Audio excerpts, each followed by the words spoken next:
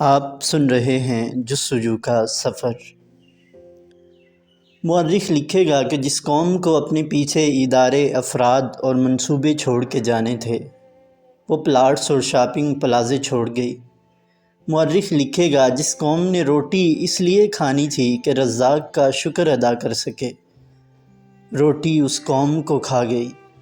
مورخ لکھے گا ایک ایسی قوم تھی جو فطرت سے ٹکرا گئی اور پھر فطرت نے اسے پچھاڑ دیا۔ مورخ لکھے گا جتنا چھپا کے گناہ کرتی تھی، اتنا چھپا کے نیکیاں کر گئی ہوتی تو سرخرو ہو جاتی۔ اور شاید یہ بھی لکھے کہ جس اسلام کے نام پر ملک لیا، اسی اسلام کو اسی ملک میں سب سے زیادہ نظر انداز کیا۔ ایک ایسی قوم جسے غلامی سے عشق تھا، جس نے پلاننگ کا سارا کام اپنے آقاؤں کے سپرد کر دیا تھا کہ غلام پلاننگ تھوڑا ہی کرتا ہے، جس کا ریشہ ریشہ غلام تھا، جسے غلامی اچھی لگنی لگے تھی، جسے غلامی سے محبت ہو گئی تھی، جس کی رگ و پے میں غلامی سرایت کر گئی تھی، جس کا مزاج غلامانہ بن گیا تھا، جہاں غلامی کے بغیر جینا مشکل تھا، جہاں آزاد بندوں کا سانس رک جاتا تھا یا روک دیا جاتا تھا۔ ایک ایسی قوم جو نادیدنی زنجیروں میں جکڑ دی گئی، جسے شک کی وادی میں ہانک دیا گیا، جس میں اعتماد نہ رہا، اور جب اعتماد نہ رہے تو کیسے کوئی پہاڑوں کا سینہ چاک کرے، کیسے کوئی کائنات کو مسخر کرے۔ مورخ شاید یہ بھی لکھے کہ اس قوم نے خود محنت نہ کی بلکہ بیا کا گھر بھی توڑ دیا، جس نے کم ظرفوں کو دین کی تعلیم دے دی اور بدعقلوں کو دنیا کی۔ یہاں بنورے میں پلے ہوئے لوگوں کو حکومت ملی جنہیں خبر ہی نہ ہوئی کہ کسی اور کا سچ بھی سچ ہو سکتا ہے۔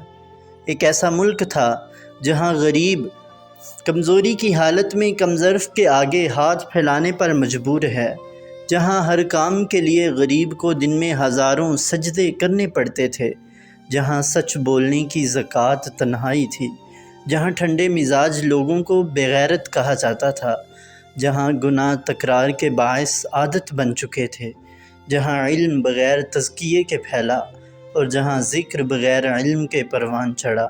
ایک ایسی قوم جسے بیوقوفی اور حسن ظن میں فرق ہی پتہ نہ چل سکا، اور ایک ایسی قوم جو 125 سالوں سے تصویر کے جائز یا ناجائز ہونے کا فیصلہ ہی نہ کر سکی۔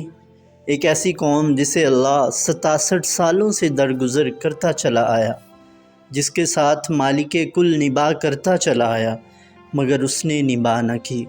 اور مورخ شاید یہ بھی لکھے کہ اس قوم نے ایک بچی کے سر میں گولی ماری تھی اور اس کا علاج تک نہ کر سکی، اور جب اس نے ملک سے باہر جا کر کتاب لکھی تو پورے ملک نے کفر کے فتوے لگا دیے، مگر کسی ایک بچی کو تعلیم یا زندگی کی گارنٹی نہ دی۔ ایک ایسی قوم جو اسکولوں کو بمبوں سے اڑا دیا کرتی تھی اور جہاں عالم پڑھائی کو بےغیرتی کی وجہ بتاتے تھے۔ ایک ایسی قوم جہاں جھوٹ کی 20 قسمیں تھیں، یہاں تک کہ جس شخص پہ تھوکنے کو دل نہ چاہے اس کی بھی خوشامد کریں۔ ایک قوم جس کو کہانیاں سنانے کا شوق تھا مگر عمل کا نہیں، جو سچی بات سے منہ پھیر لیتی تھی اور کبر کرتی تھی، جہاں حق گوئی قابل تعزیر جرم تھا اور جھوٹ بولنے والوں کی جے جے کار، جہاں لوگوں نے بولنا اس لیے سیکھا کہ باقی لوگوں کو بیوقوف بنا سکیں اور حدیث کی روشنی میں ملعون ٹھہرے۔ ایک ایسا ملک جہاں 5000 بچے سالانہ نالیوں اور کچرے کے ڈبوں میں پھینک دیے جاتے ہوں، 6000 قتل ہو جاتے ہوں، 10 لاکھ FIR کٹتی ہوں، 1500 بچیوں کے ساتھ زنا بالجبر ہوتا ہو، 80 کے ساتھ اجتماعی زیادتی ہو جاتی ہو، لوگ بچے بیچ کے پیٹ بھرتے ہوں اور ایمبولینس میں انتظار کرتا بیمار صاحب کے گزر جانے تک لاش بن جاتا ہو۔ آج عبداللہ پھر مفتی صاحب کے سامنے بیٹھا ہوا تھا، اپنے سوالات کی فہرست ڈائری اور قلم لے کر۔ مفتی صاحب، دنیا کسے کہتے ہیں؟ ہر وہ چیز جو اللہ کے یاد کو بلا دے وہ دنیا ہے۔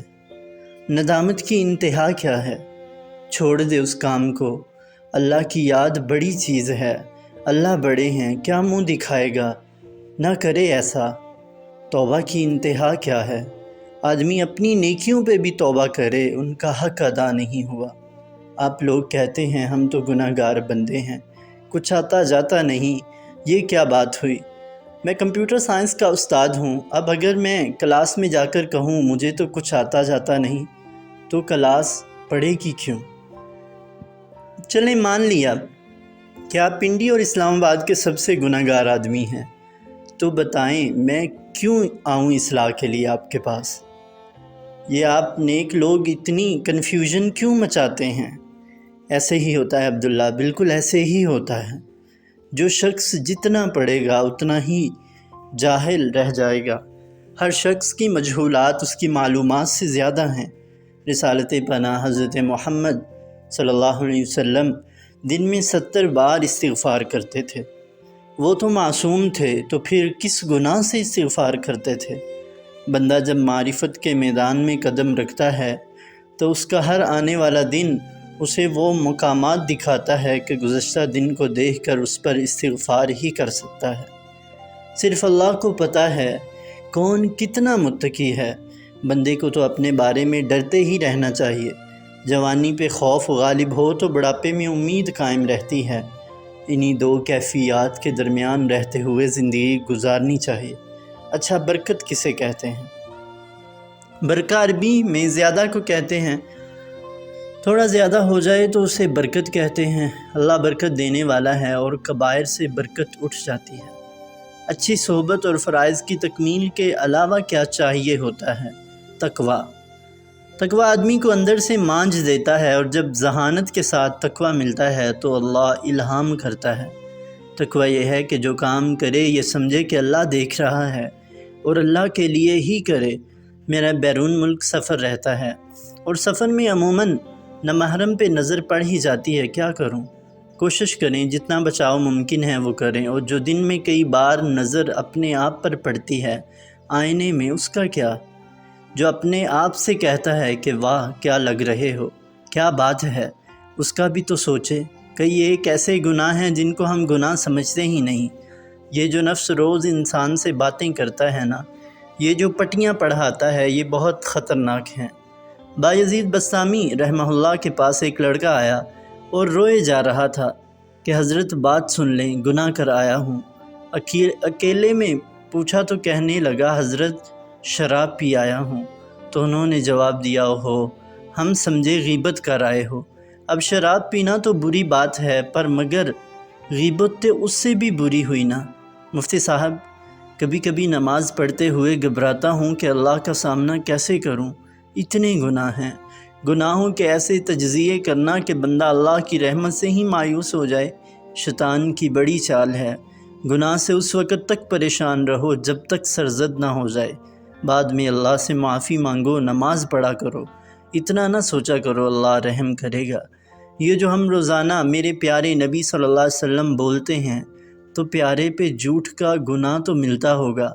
زندگی میں پیارے ہوتے نہیں ہیں، نہ بولیں ایسا، ضرور پیارا بولا کریں، عقیدت کا ثواب ہوگا، اور یہ بولنا اور یہ سوچ ایک دن ضرور راہ پہ لے آئے گی۔ مٹے ہوئے لوگ کون ہوتے ہیں؟ جن کی انانیت ختم ہو گئی ہو۔ حضرت حارث محاسبی رحمہ اللہ ایک دن مسجد میں بیٹھے تھے۔ ایک شخص آیا اور ان کو حلیے سے مسجد کا خادم سمجھا، تو کہنے لگا مسجد اتنی گندی ہے، صاف کر دو۔ وہ اٹھ کے باہر چلے گئے۔ شخص بڑا غصے میں آیا کہ میں نے کام کہا اور یہ باہر چلے گئے۔ باہر جا کے پوچھا تو کہنے لگے میں نے نظر دوڑائی تو مسجد میں سب سے زیادہ ناپاک چیز اپنی ہی ذات نظر آئی،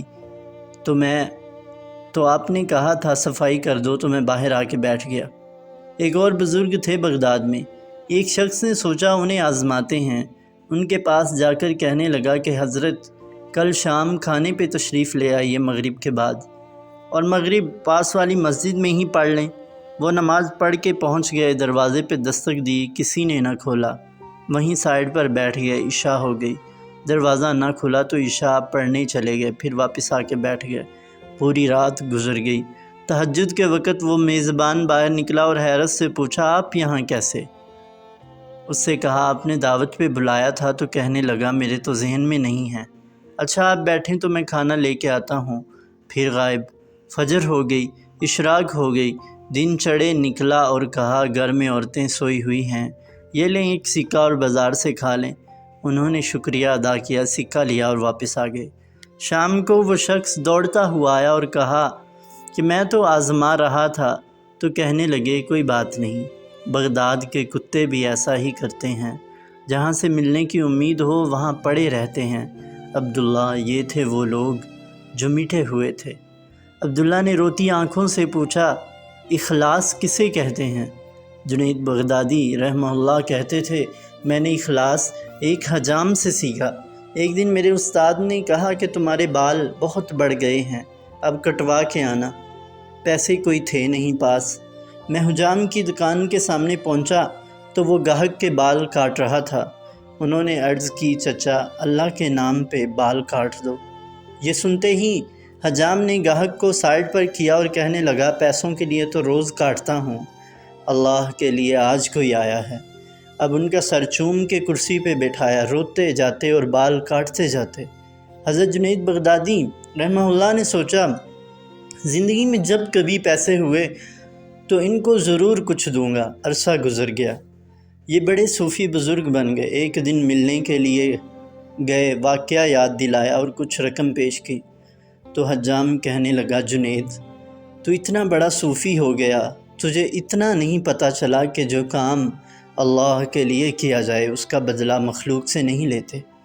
بچوں کی تربیت کیسے کروں؟ اولاد کو صرف رزق حلال کھلاؤ، رزق حلال میں بڑی برکت ہے، یہ ایک دن اپنا اثر دکھائے گا۔ صدقہ اولاد کے سامنے کیا کرو تاکہ ان کی عادت بنے۔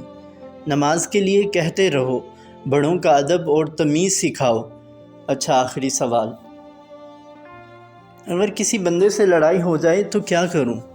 صرف اتنا دیکھ لیں کہ اس کا اللہ کے ساتھ کیا معاملہ ہے، اگر تو اچھا ہے تو چپ رہیں، اللہ آپ کے نقصان کا مداوع کہیں اور سے کر دے گا، مگر اپنے دوست کو آپ کے حوالے نہیں کرے گا، اور اگر معاملہ درست نہیں تو بھی چپ رہیں، جب اللہ کا عذاب آئے گا تو آپ کا بدلہ بھی پورا ہو جائے گا۔ امریکہ نے نئی کمپنیوں کے لیے ایک سٹارٹ اپ مقابلے کا انعقاد کیا۔ ملک بھر سے 400 کمپنیوں نے مرحلہ وار پروگرام میں شرکت کی۔ عبداللہ کی کمپنی بھی جیتتے جیتنے فائنل میں پہنچ گئی۔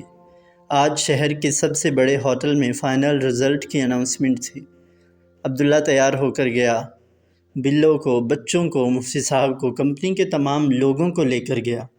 آج اس کا دل بہت زور زور سے دھڑک رہا تھا۔ پاکستان کے تمام چوٹی کے لوگ موجود تھے، اس کی فیلڈ کے تمام کمپنیاں، اور عبداللہ سوچ رہا تھا کہ اگر آج اسے پہلا انعام مل جائے تو کمال ہو جائے۔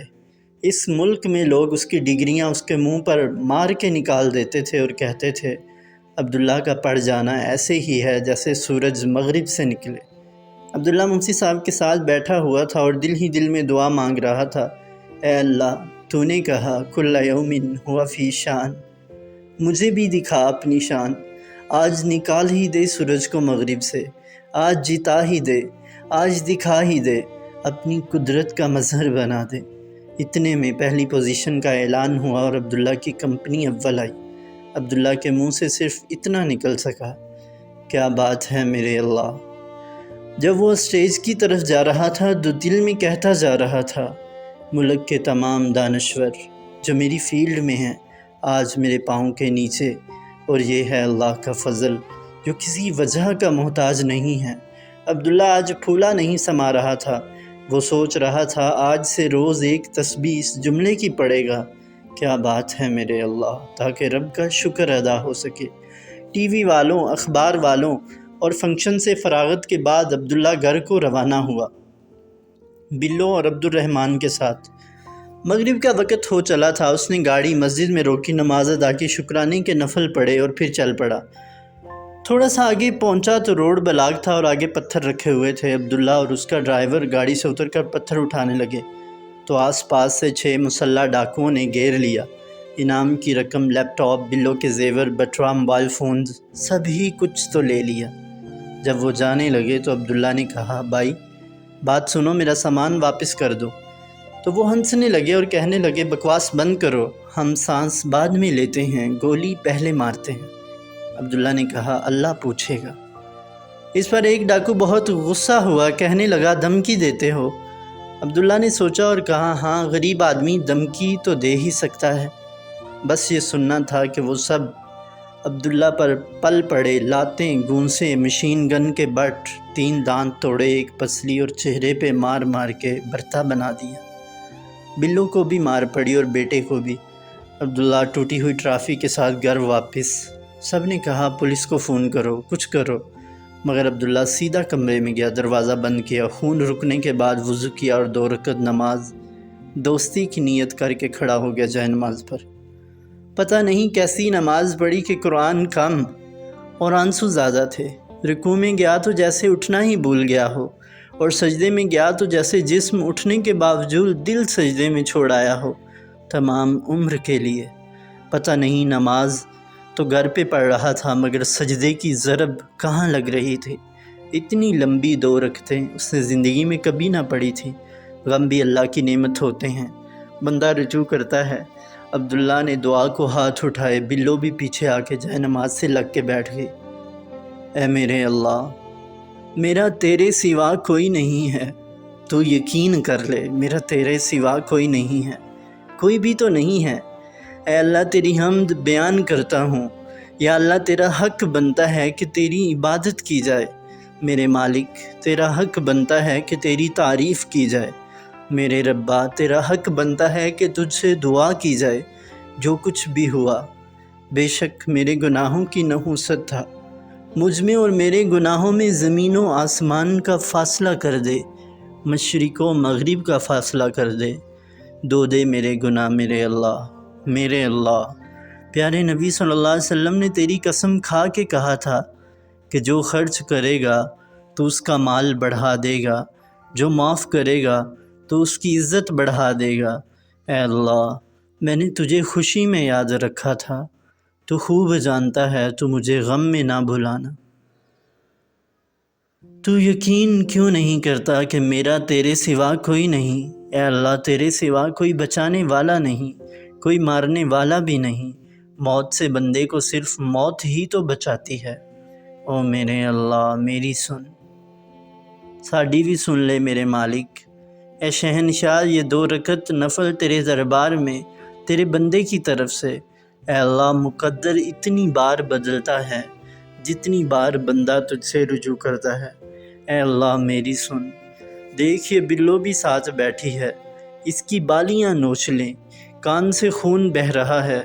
اے نعم الماہدون، یا نعم المجیبون اللہ، یا نعم القادرون اللہ، میری سن، میری سن، اور ترس کھانے والے اللہ۔